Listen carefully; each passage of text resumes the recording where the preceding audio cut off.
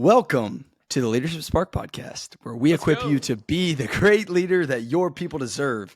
And great leaders that people deserve don't have pointless meetings. Have you seen those memes that say that could have been an email? We don't want you having meetings that could have been an email. And so Corey is going to talk about the two things that are very important in each team meeting.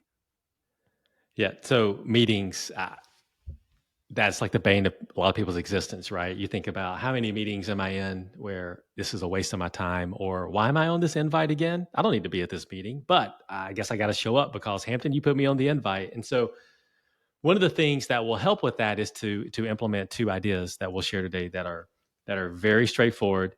They're very simple, but will create a lot of clarity and accountability whenever you have a meeting. And those things are these two simple things.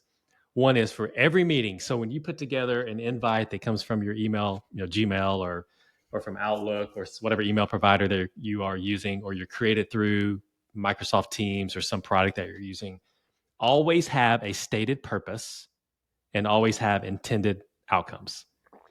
So for every meeting, if you're the one setting up the meeting as the leader, and you're doing it with your team, always tell them why you are meeting, what is the purpose of the meeting, and what is the outcome that you expect to get from coming together for that meeting. If you do those two things, you will start to maximize the outcomes and maximize the value that you can get from meetings. And here's the side thing, Hampton, if I ever send you a meeting invite that doesn't have a stated purpose and intended outcome, you should decline it.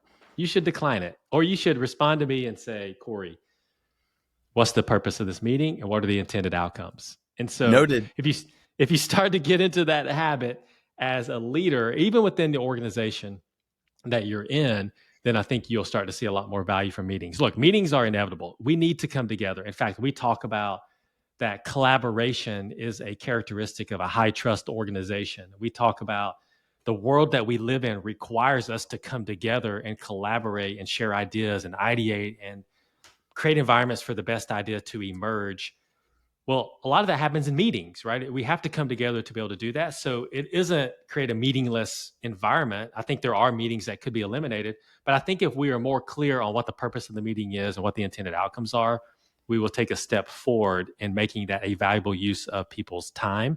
And people can assess based on the purpose and the outcomes, do I need to even be there? Can I add value to that meeting or not? So your go and do is every meeting that you create from this point forward, stated purpose, intended outcome.